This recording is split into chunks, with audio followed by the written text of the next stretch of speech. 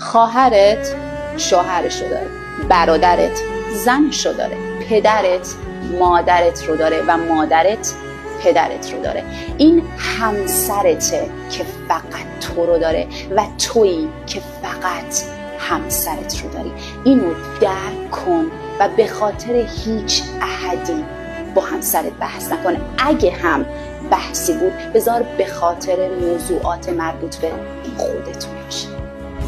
آقایون، تنها کسی که شما رو به خاطر خودتون دوست داره فقط همسرتونه. مادرتون دوستتون داره برای اینکه شما رو به دنیا آورده. خواهر برادرتون هم دوستتون دارن چون همخونشونین. ولی زنتون، خانومتون تنها غریبه‌ایه که خودش انتخاب کرده شما رو دوست داشته باشه و زندگیشو با شما بگذرونه. پس قدرشو خیلی بدونید.